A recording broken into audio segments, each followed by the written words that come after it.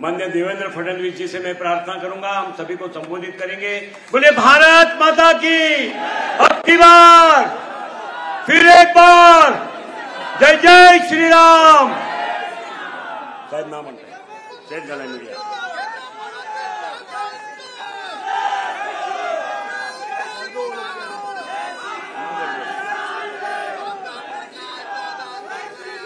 भारत माता की, भारत माता की।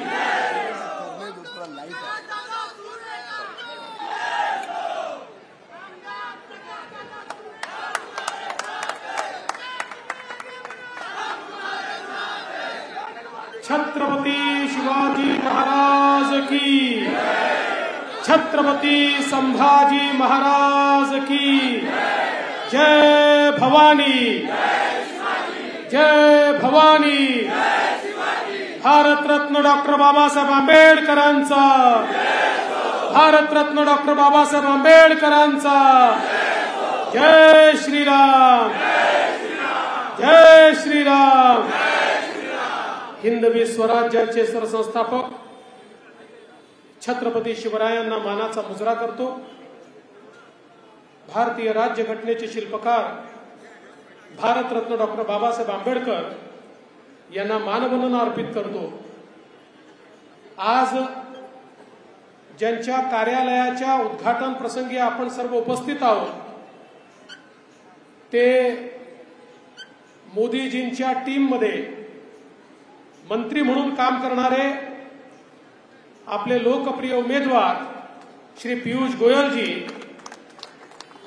पियुषजींना आशीर्वाद देण्याकरता या ठिकाणी उपस्थित असलेले उत्तर मुंबईचं अनेक वेळा ज्यांनी प्रतिनिधित्व केलं ते ज्येष्ठ नेते आदरणीय रामभाऊ नाईक, मंचावर उपस्थित आपले अध्यक्ष आशिष शेलारजी, मंगलप्रभात लोढाजी, उत्तर मुंबईचे लोकप्रिय खासदार आणि ज्यांनी पियुषजींना निवडून आणण्याचा चंग बांधला ते आदरणीय गोपाळ शेट्टीजी, प्रवीण दरेकरजी, अतुल भातखळकरजी, योगेश सागरजी, प्रकाश सुर्वेजी, मनीषाताई चौधरी, सुनील राणेजी, शीतलताई म्हात्रे, संजय पांडेजी, इंद्रपाल सिंगजी, गणेश खणकरजी, रमेश गायकवाडजी, राणीताई द्विवेदी, बाबा सिंहजी, निखिल व्यासजी, बाळा तावडेजी, तेजिंदर तिवानाजी, विनोद शेलारजी, योगेश शर्माजी, प्रकाश दरेकरजी, मंचावरील सर्व मान्यवर आणि समोर उपस्थित सर्व माझ्या भगिनी आणि बंधूंनो, आज अतिशय आनंदाची गोष्ट आहे की मुंबईमध्ये निवडणूक सुरू झाल्यानंतर पहिल्या प्रचार कार्यालयाचं उद्घाटन आज उत्तर मुंबईमध्ये होत आहे। उत्तर मुंबई हा आपल्या महायुतीचा गड आहे। माननीय रामभाऊंनी, माननीय गोपाळ शेट्टींनी उत्तर मुंबईमध्ये अतिशय उत्तम काम केलंय। एक प्रकारे लोकप्रतिनिधी कसे असले पाहिजेत याचा वस्तुपाठ हा आपल्याला यांनी खऱ्या अर्थानं दाखवून दिला आणि आज आमच्या सगळ्यांकरता ही अत्यंत आनंदाची आणि गर्वाची गोष्ट आहे की टीम मोदींमधले एक अत्यंत महत्वाचे खेळाडू ज्यांनी मोदीजींच्या मंत्रिमंडळामध्ये एक परफॉर्मिंग मंत्री म्हणून आपलं नाव कमावलं, जे मुंबईचे सुपुत्र आहेत आणि रेल्वे मंत्री म्हणून असतील, कॉमर्स मंत्री म्हणून असतील किंवा वेगवेगळे जे त्यांनी पोर्टफोलिओज पाहिले, प्रत्येक ठिकाणी आपला एक ठसा ज्यांनी उमटवला आणि त्यासोबत राज्यसभेमध्ये नेते म्हणून मोदीजींसोबत जे त्या ठिकाणी बसतात असे पियुष गोयलजी आपल्या उत्तर मुंबईला उमेदवार म्हणून मिळाले। मी खरोखर माननीय मोदीजींचे, नड्डाजींचे, अमित भाईंचे आभार मानतो की आमच्या पियुषजींना त्यांनी आमच्याचकडे पाठवलं आणि त्यामुळे निश्चितपणे येत्या काळामध्ये पीयूजींच्या माध्यमातून आपल्या मुंबईचे प्रश्न ते तसेही सोडवतच होते. आशिषजींनी सांगितलं त्यांनी काय काय केलं, पण एक हक्काचा माणूस हा मोदीजींसोबत आपल्याला मिळणार आहे. आणि म्हणून मी आज या निमित्ताने पीयूषजींचं खूप खूप स्वागत करतो, अभिनंदन करतो. पीयूषजी, आशिषजी म्हणाले ते खरं आहे. इथे काँग्रेस आणि उबाठामध्ये पहिले तुम चाललं होतं. ही सीट कोणीच घ्यायला तयार नव्हतं. ते म्हणायचे नाही तुम्ही घेऊन टाका, हे म्हणायचे नाही तुम्ही घेऊन टाका. शेवटी उबाठाने काँग्रेसच्या माथी मारली. आता काँग्रेसवाले शोधत फिरतात, उमेदवार द्या उमेदवार द्या. जसं होतं ना घर मिळेल का घर, तसं उमेदवार मिळेल का उमेदवार, उमेदवार मिळेल का उमेदवार. अशा प्रकारची परिस्थिती काँग्रेसवाल्यांची झाली आहे. याचं कारण त्यांना माहिती आहे, भारतीय जनता पार्टी, शिवसेना, राष्ट्रवादी काँग्रेस, रिपाई आणि मित्रपक्ष एक मजबूत अशा प्रकारची युती या उत्तर नागपूरमध्ये आपण तयार केली आहे. आणि मला विश्वास आहे की सगळे रेकॉर्ड आपण या ठिकाणी तोडणार आहोत. आज मुंबईमध्ये ज्या प्रकारे आपल्या सरकारने मोदीजींच्या नेतृत्वात गेल्या 10 वर्षात विकास केला, माझा सवाल आहे 25 वर्ष उद्धवजींच्या अधिपत्याखाली मुंबईची महानगरपालिका होती. एक काम ज्याने मुंबईचा चेहरा बदलला, चित्र बदललं, असं एक काम ते दाखवू शकतात का? मी सांगतो ते दाखवू शकत नाही. आज गेल्या 10 वर्षामध्ये आपलं सरकार असताना आणि आता एकनाथराव शिंदेजींच्या नेतृत्वातलं सरकार असताना मुंबईचा चेहरा मोहरा बदलण्याचं काम सुरू झालं. याचं कारण आमच्या पाठीशी मोदीजींचा आशीर्वाद आहे, मोदीजींचं विजन आहे. एखादं शहर कसं आधुनिक झालं पाहिजे, त्या ठिकाणी कशा सोयी मिळायला पाहिजे, तिथल्या सामान्य माणसाच्या जीवनामध्ये काय परिवर्तन झालं पाहिजे, या संदर्भातलं मोदीजींचं विजन होतं. म्हणूनच मुंबईमध्ये आज मेट्रोचं जाळं आपण पाहतोय. 50 किलोमीटरचं जाळं तयार झालं आहे. अजून 50 किलोमीटरचं आपण याच वर्षी सुरू करतोय. अजून 50 किलोमीटरचं पुढच्या वर्षी आपण सुरू करतोय. 350 किलोमीटरची मेट्रो मुंबईमध्ये ज्या प्रकारे सामान्य माणसाच्या जीवनामध्ये परिवर्तन करणार आहे.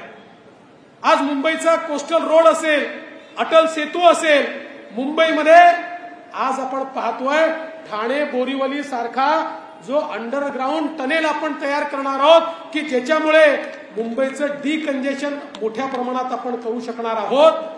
वेगवेगळे जे प्रकल्प आहेत, मी या सगळ्या प्रकल्पाचं नाव या ठिकाणी घेणार नाही, पण मुंबई बदलण्याचं काम आम्ही केलंय.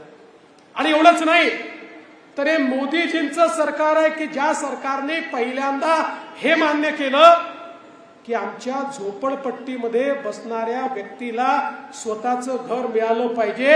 आणि पहिल्यांदा केंद्र सरकारने याला मान्यता दिली की केंद्राच्या जागेवर झोपडपट्टी असेल तर केंद्र सरकार एसआरए करण्याकरता किंवा आमच्या झोपडपट्टीवासियांचं त्याच ठिकाणी पुनर्वसन करण्याकरता आपली जमीन उपलब्ध करून देईल. आणि त्याची सुरुवात केंद्र सरकारने केली. त्यामुळे खऱ्या अर्थानं मुंबईतल्या झोपडपट्टीवासियांचं जीवन हे बदलण्याचं काम आज या ठिकाणी मोदी सरकारमध्ये सुरू झालेलं आहे.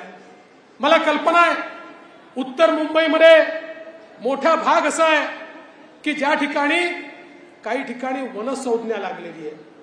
आमच्या मनीषाताई चौधरी नेहमी संघर्ष करत असतात, पण त्याही संदर्भात आता पीयूषजींसारखा व्यक्ती आपल्याकडे आल्यामुळे मला हा विश्वास आहे की ज्या ठिकाणी कुठेही वन नाही, वर्षानुवर्ष झोपडपट्ट्या बसल्या, या संदर्भात सर्वोच्च न्यायालयाने यापूर्वी काही निर्णय दिले आहेत. त्या निर्णयांचा फायदा घेऊन आम्हाला वनाचं संरक्षण करायचंच आहे. मुंबईतल्या वनांचं संरक्षण करू, वन वाढवू, पण त्याचवेळी ज्या ठिकाणी संज्ञा आल्या आहेत पण वन नाही आहेत आणि झोपडपट्ट्या बसलेल्या आहेत अशा लोकांनाही कशा प्रकारे दिलासा देता येईल या संदर्भात पियुषजींच्या नेतृत्वात यापुढे आम्हाला केंद्र सरकारकडे काम करता येईल. मी आपल्याला सांगू इच्छितो, मोदी सरकारने वर्षानुवर्ष आमच्या विदर्भातला अशाच प्रकारचा झुडपी जंगलाचा प्रश्न होता की ज्या ठिकाणी झुडपी जंगलाचं बिरुद पडलं होतं परंतु जंगल नव्हतं. आमचं रेल्वे स्टेशन हे झुडपी जंगलावर आहे, अनेक हायकोर्ट बिल्डिंग झुडपी जंगलावर आहे.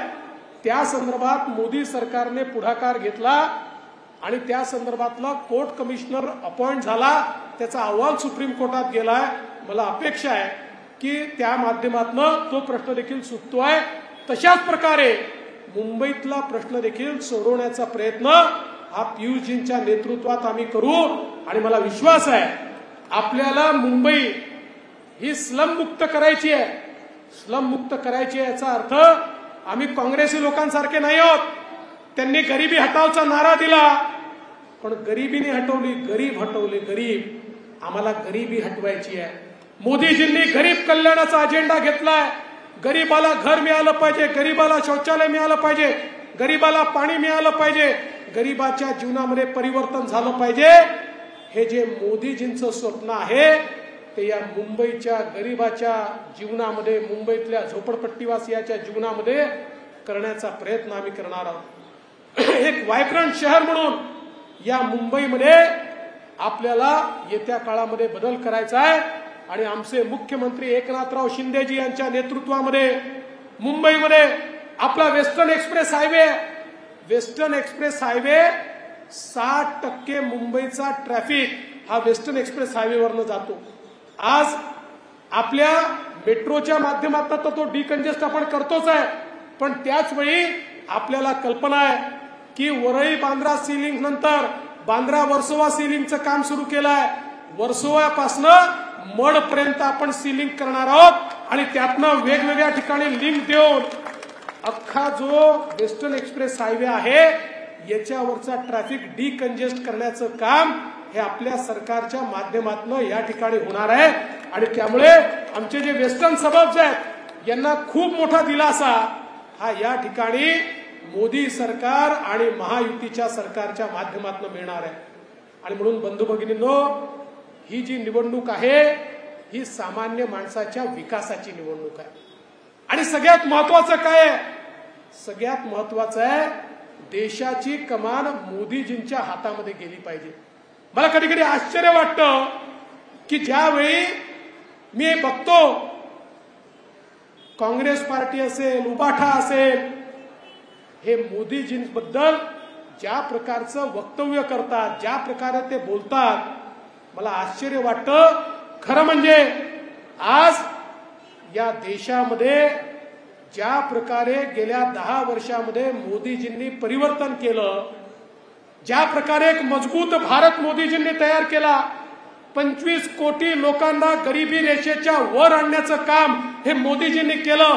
20 कोटी लोक जे कच्च्या घरात राहत होते ते आता पक्क्या घरात राहतात हे मोदीजींनी केलं. 50 कोटी लोक ज्यांच्या घरामध्ये नळ नव्हता, पाणी नव्हतं, आमच्या माता भगिनींना हंडा घेऊन जावं लागायचं, त्या 50 कोटी लोकांच्या घरामध्ये 5 वर्षामध्ये शुद्ध पाण्याचा नळ पोचवण्याचं काम मोदीजींनी केलं.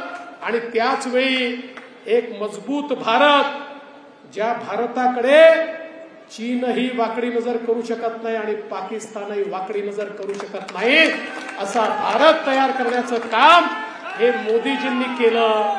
आणि म्हणून मोदीजींनी तर सांगितलं, आम्ही सांगतो गेल्या 10 वर्षात एवढं काम झालं, एवढं काम झालं.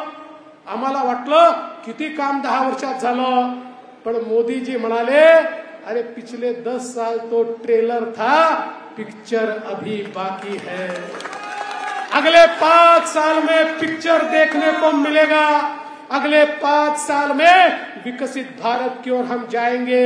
अगले 5 सालों में हमारे देश का युवा, हमारे देश की महिलाएं, हमारे देश के अनुसूचित जाति जमाती के लोग, हमारे देश के पिछड़े लोग, हमारे देश का किसान, सभी के जीवन में एक ऐसा परिवर्तन आएगा और भारत ऐसी दिशा में जाएगा कि फिर भारत को कोई रोक नहीं पाएगा। उस और भारत को ले जाने का काम मोदी जी कर रहे हैं। और अभी अभी मोदी जी परसों रिजर्व बैंक के कार्यक्रम में आए थे, तो बोलते बोलते मोदी जी ने कहा, अधिकारियों को कहा, अभी 1 महीना आपको हमारी तरफ से कोई तकलीफ नहीं है, हम प्रचार में जुटे हुए हैं, तो 1 महीना आप तैयारी कर लो। जिस दिन शपथ लूंगा उसके दूसरे दिन से धमाधम काम करना है और भारत को बदलना है। अशा प्रकारची ज्यांची मानसिकता आहे, ज्यांच्या जीवनामध्ये कामाच्या व्यतिरिक्त काही नाही आहे, आणि म्हणून मुंबईकरांनो, मी केवळ उत्तर मुंबईबद्दल बोलत नाही, तर संपूर्ण मुंबईच्या जनतेला या ठिकाणी आव्हान करू इच्छितो की ज्या वेळी तुम्ही भारतीय जनता पार्टी किंवा शिवसेनेच्या उमेदवाराचं बटन दाबाल, ते वोट मोदीजींना मिळेल, आणि अन्य कोणाचीही बटन दाबली तर वोट राहुल गांधींना मिळेल। आता मुंबईकरांनी ठरवायचं आहे, कारण उद्धवजींचे नेते कोण? राहुल गांधी। काँग्रेसचे नेते कोण? राहुल गांधी। आमचे नेते कोण? मोदीजी। शिंदे साहेबांचे नेते कोण? मोदीजी। अजितदादांचे नेते कोण? मोदीजी। आमची अशी ट्रेन आहे, ज्या ट्रेनला मोदीजींचं इंजिन आहे, आणि त्याला आम्ही सगळ्या बोग्या लावल्या आहे, आणि आम्ही सगळे आपली ताकद घेऊन त्यात बसलो आहे। आमच्या ट्रेनमध्ये सामान्य माणसाला बसायची जागा आहे, आमच्या ट्रेनमध्ये सामान्य माणसाला बसायची जागा आहे। पण हे जे काही इंडिया आघाडी तयार झाली आहे, या इंडिया आघाडीमध्ये प्रत्येक जण स्वतःला इंजिन समजतो, आणि त्यामुळे एक इंजिन बोरिवलीकडे नेतो तर दुसरा इंजिन दक्षिण मुंबईकडे नेतो, एक उत्तरकडे नेतो तर दुसरा पश्चिमकडे नेतो। त्यामुळे ट्रेन कुठे हलतच नाही, आणि इंजिन हे किती पॉवरफुल असलं तरी त्याच्यामध्ये बसायला फक्त ड्रायव्हरला जागा असते, बाकी अन्य कोणाला जागा नसते। आमचं असं नाहीये, आम्ही सगळे मोदीजींच्या नेतृत्वात या ठिकाणी काम करतो आहोत। मोदीजींच्या नेतृत्वामध्ये आमची ट्रेन ही मोदीजींचं इंजिन आहे। आमच्या बोग्यांमध्ये प्रत्येक व्यक्तीला बसण्याची जागा आहे। समाजाच्या प्रत्येक व्यक्तीला घेऊन ही विकासाची ट्रेन घेऊन आम्ही जाणार आहोत, आणि म्हणून मुंबईकरांनी विचार करायचा आहे, मोदीजींच्या ट्रेनमध्ये बसायचं का राहुल गांधीचं न चालणारं इंजिन? म्हणजे खरं इंजिन तर काल आमच्या सोबत आलं, जे मुंबईतलं चालणारं इंजिन होतं, त्या इंजिननी सांगितलं की मोदीजींच्या इंजिनलाच आम्ही ताकद देणार आहोत, मोदीजींच्या पाठीशीच आम्ही आहोत। काल राज ठाकरेंनी स्पष्टपणे सांगितलं की या देशाचा विकास मोदीजी करू शकतात, आणि म्हणून त्यांनी कुठलीही शर्त न ठेवता बिनशर्त पाठिंबा मोदीजींना दिला। मी त्यांचे देखील आभार मानतो की देशाला काय हवंय याची नाडी राज ठाकरेंना समजली, आणि म्हणून त्यांनी निश्चितपणे जनतेच्या हिताचा निर्णय घेतला। आता एक मजबूत गाडी आपली आहे। माझी आपल्याला विनंती आहे, आपल्याला संधी आहे, उत्तर मुंबईला रेकॉर्ड करण्याची संधी आहे।